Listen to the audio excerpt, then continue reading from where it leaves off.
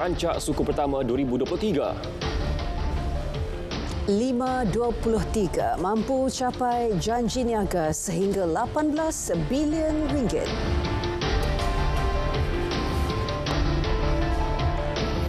Assalamualaikum dan salam Malaysia Madani. Perdana Menteri Datuk Seri Anwar Ibrahim menerima kunjungan hormat Putera Mahkota yang juga pengerusi Majlis Eksekutif Abu Dhabi, Sheikh Khalid bin Mohammed bin Zayed Al Nahyan. Keberangkatan tiba baginda disambut Perdana Menteri diiringi Menteri Luar Datuk Seri Dr. Zamri Abdul Kadir dan Menteri Pelaburan Perdagangan dan Industri Tengku Datuk Seri Zafrul Tengku Abdul Aziz. Pertemuan kedua-dua pemimpin sempena lawatan khas sulung Sheikh Khalid ke Malaysia sejak baginda ditabal sebagai Putera Mahkota Abu Dhabi dan dilantik sebagai pengerusi Majlis Eksekutif Abu Dhabi pada 9 Mac lepas. Mereka dijangka membincangkan pelbagai isu berkepentingan bersama merangkumi hubungan dua hala, serantau dan antarabangsa. Lawatan khas Sheikh Khalid dijangka mengukuhkan lagi hubungan baik yang terjalin sejak sekian lama antara Malaysia dan Emirat Arab Bersatu yang telah dinaik taraf kepada perkongsian strategik pada 27 September 2022.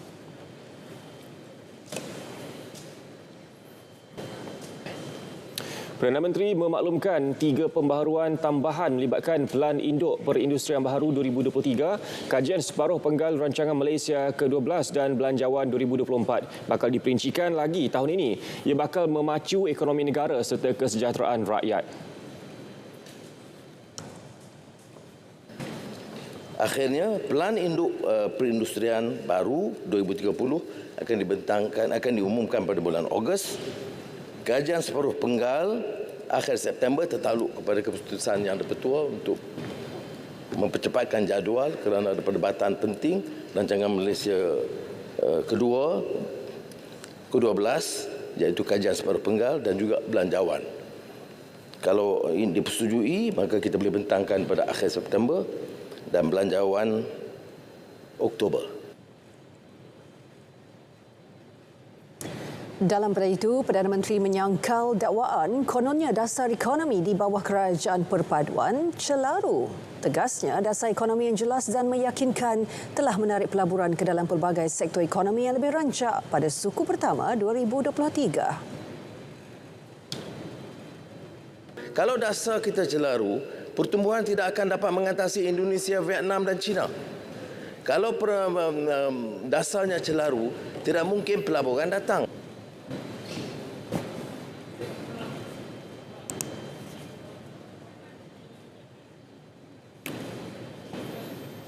Kestabilan politik serta dasar ekonomi yang jelas dan meyakinkan berjaya menarik pelaburan ekonomi yang lebih rancak pada suku pertama 2023. Kelulusan pelaburan bagi suku pertama tahun ini meningkat 60% dari tahun sebelumnya iaitu berjumlah 71.4 bilion ringgit. Perbelanjaan suku pertama tahunan pula berjumlah 93.3 bilion ringgit iaitu 24% daripada peruntukan tahunan dan 7.5% lebih tinggi daripada suku pertama tahun sebelumnya.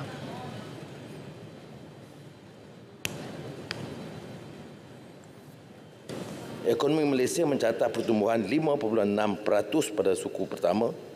Ini lebih tinggi dari Indonesia 5%, China 4.5% dan Vietnam 3.3%. Ini juga lebih kukuh daripada unjuran Bank Negara sebelumnya.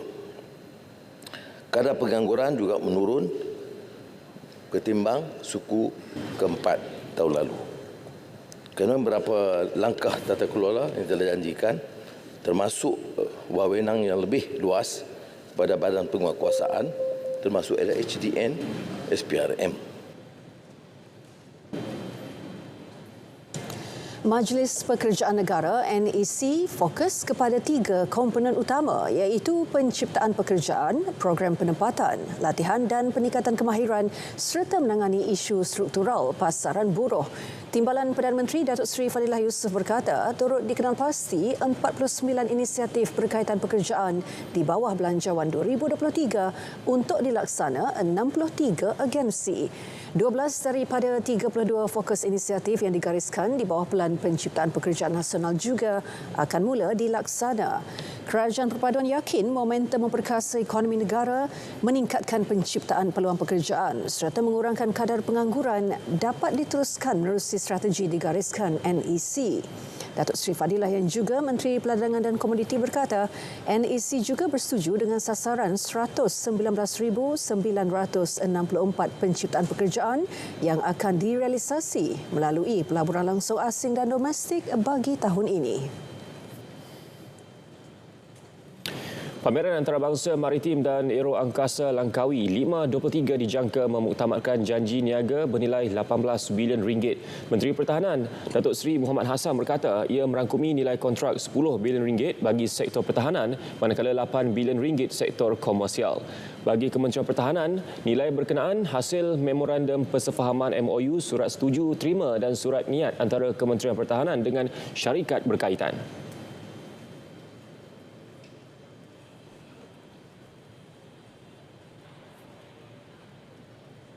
Pada 5.23 kali ini, hasil daripada kita punya penganjuran 5.23 ini dari segi value kepada commercial transaction, kalau campur MINDEF dengan transport ministry ataupun commercial, dia hampir 18 bilion. Jadi ini satu hasil yang baik untuk pulangan yang baik kepada negara kita dan juga kepada industri tempatan. Industri tempatan akan menjadi sebagai local partner dan juga akan menjadi sebagai local vendor mereka. Dalam pada itu, Datuk Seri Muhammad menyatakan tiada keperluan untuk menggubal dasar pertahanan negara, terutama membabitkan aset keselamatan. Dasar sedia ada akan terus diperkukuh bagi mencapai objektif pelaksanaannya, sekaligus mengembangkan industri berkenaan. Belum ada keperluan untuk kita mengubah dasar. Yang pentingnya pengurusan. Strengthening dan pengurusan is our objective now and our priority. Jadi insyaAllah dasar sedia ada akan diteruskan dan ini tidak akan, orang kata, jangan local industry merasa was-was terhadap asas dasar kerajaan. Dasar kerajaan akan terus dan akan kita pastikan dia dijayakan dengan terbaik yang mungkin. Beliau menjelaskannya selepas melawat persiapan terakhir penganjuran 523 di Langkawi.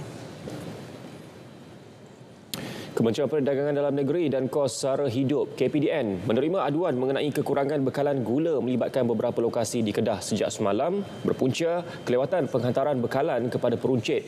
Menteri Datuk Seri Salahuddin Ayub memaklumkan isu berkenaan berjaya diatasi sepenuhnya hari ini hasil tindakan pantas menerusi Op Manis. Isunya bukanlah tidak cukup bekalan. Saya dah sebut sebelum pada ini pun memang kadang-kadang terdapat kelewatan penghantaran dan kita cek daripada pemborong pada peruncit, dia tidak berlaku di seluruh negeri Kedah. Dia hanya berlaku di 3 atau 4 kawasan yang khusus. Jadi oleh itu kita dapat atasi dengan cepat. Setakat yang saya diberitahu oleh 2 syarikat pembekal CSR dan MSN, bekalan itu adalah mencukupi.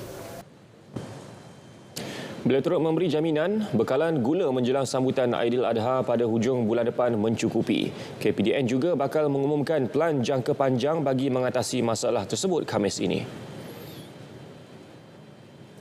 Kerjasama erat diperkasa antara Suruhanjaya Komunikasi dan Multimedia Malaysia SKMM dan pihak pengurusan platform Meta. Langkah itu bertujuan mengekang penularan aktiviti menyalahi undang-undang di laman Facebook. Dalam isu online gambling ataupun online betting ini memang satu perkara yang antara yang dibincangkan untuk diselesaikan. Isunya adalah di pihak Facebook, di pihak Meta. Saya telah banyak kali mengangkat sama ada online gambling ataupun scam advertisement, scam investment yang dipamerkan, yang ditonjolkan melalui iklan-iklan di Facebook. Pihak SKMM telah bertemu dengan pengurusan Meta pada minggu lalu dan satu penjelasan telah diminta, kerjasama yang lebih erat kita harapkan dalam usaha untuk mengekang penularan sama ada website-website yang ataupun pages ya dalam Facebook yang boleh sama ada terlibat dalam aktiviti yang tidak dibenarkan. Fahmi ditemui selepas Majlis Rumah Terbuka Aidilfitri dan ulang tahun ke-56 bernama di Ibu Negara. Kerosakan di sekolah dan premis kediaman di wilayah Persekutuan akibat ribut pada Jumaat lepas dianggar melibatkan kos pembaikan lebih RM4 juta. Menteri Kerja Raya Datuk Seri Alexander Nantalinggi berkata, kos baik pulih 29 sekolah yang terjejas di Ibu Negara dianggar RM3 juta.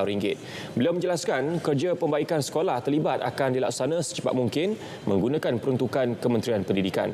Antara premis lain yang terjejas susulan ribut ialah 5 unit rumah kuartus di Kementerian Pertahanan yang melibatkan anggaran kerja pembaikan mencecah RM500,000. Selain kuartus pekerja di Kementerian Kerja Raya melibatkan 5 premis rumah setingkat. Beliau berkata demikian selepas melawat sekolah kebangsaan setapak yang terjejas ribut. Turut hadir Menteri Pendidikan Fadlina Siddiq. Usaha membawa turun jenazah Lieutenant Colonel PA Awang Askandar Ampuan Yaakob dari Everest Base Camp dijalankan hari ini dan bakal dibawa ke Kathmandu esok sekiranya cuaca mengizinkan. Menteri di Jabatan Perdana Menteri Dato' Armizan Muhammad Ali berkata, Kerajaan Negeri Sabah turut memberikan komitmen untuk menampung kos tambahan yang diperlukan bagi pengurusan jenazah. Menerusi satu kenyataan, beliau memberitahu Parti Gabungan Rakyat Sabah juga telah menyalurkan bantuan. Wisma Putra dalam kenyataan hari ini turut memaklumkan bahawa proses mencari dan menyelamat seorang lagi peserta misi Malaysia Everest 2023 ME 2023 yang hilang, Muhammad Hawari Hashim, sedang giat dijalankan. Usaha SAR udara dilaksana sejak 20 Mei dan diteruskan di kawasan darat pada 21 Mei. Pihak kementerian akan terus menghulurkan bantuan konsuler yang sewajarnya bagi memastikan proses membawa pulang jenazah dan misi SAR berjalan lancar.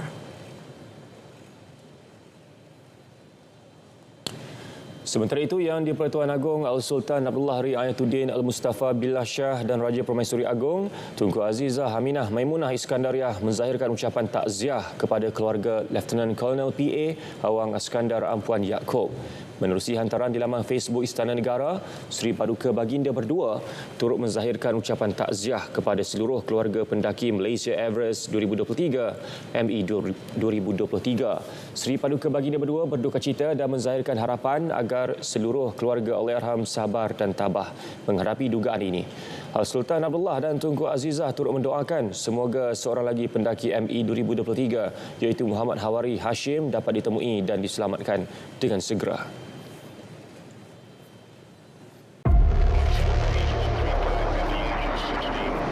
Saksikan secara langsung Majlis Perasmian 523 Langkawi.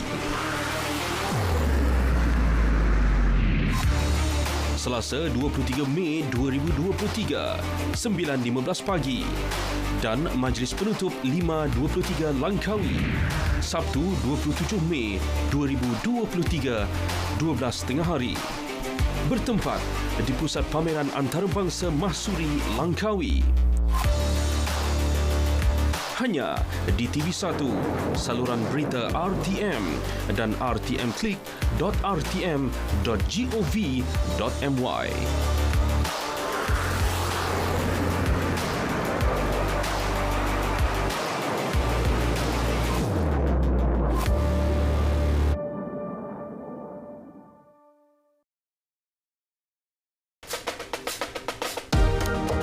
Jaringan berkomunikasi tanpa sempadan. You guys ready? 1, 2, 3. Publish! Korang! Saya letak apps kita ni dekat dalam media sosial. Diorang beli set berpantang dekat dalam apps kita. Serius ah?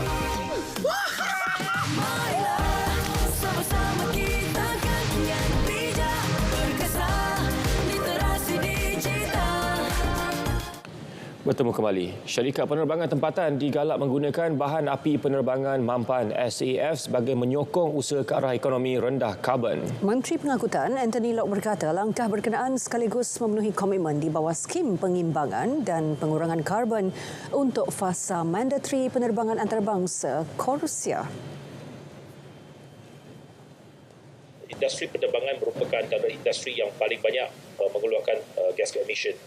Dan di negara-negara barat, terutamanya di Eropah, sudah tentu ini sudah pun hampir ada negara-negara yang juga telah pun mewajibkan syarikat-syarikat penerbangan mereka menggunakan Jadi di Malaysia seperti yang dikatakan, kita belum sampai lagi tahap mewajibkan, tapi sudah tentu akan ke arah tersebut. Bagi menjayakannya, usaha berkenaan memerlukan kerjasama bersepadu dengan pelbagai pihak berkepentingan.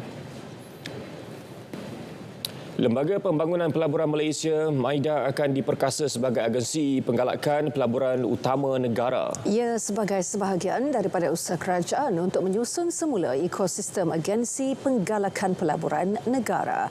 Menteri Pelaburan, Perdagangan dan Industri MITI Tengku Datuk Seri Zafrul Tengku Abdul Aziz menerusi kenyataan media berkata, perkara ini diputuskan dalam mesyuarat Majlis Pelaburan Negara yang dipengerusikan Perdana Menteri baru-baru ini. Penyusunan semula itu akan dimulakan dengan penyelarasan fungsi dan peranan agensi penggalakan pelaburan serta koridor ekonomi wilayah berkaitan pelaburan secara berfasa. Ia bagi memastikan pelaburan langsung asing dan pelaburan langsung domestik membawa kesan limpahan positif kepada ekonomi. Ini termasuk rantaian bekalan domestik, perusahaan kecil dan sederhana tempatan serta rakyat Malaysia selaras dengan objektif aspirasi pelaburan nasional.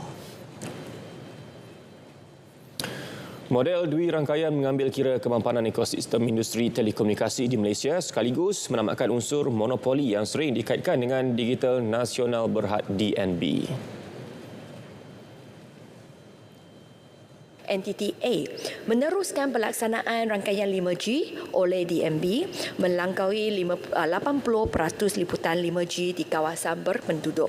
Dan kedua, NTTB membangunkan rangkaian 5G kedua setelah mendapat peruntukan spektrum 5G daripada Suruhanjaya Komunikasi dan Multimedia Malaysia SKMM. Bagaimanapun ketika ini komposisi bagi NTTA dan B masih belum ditentukan. Fokus utama kini adalah untuk mencapai 80% liputan 5G di kawasan berpenduduk menjelang penghujung tahun ini.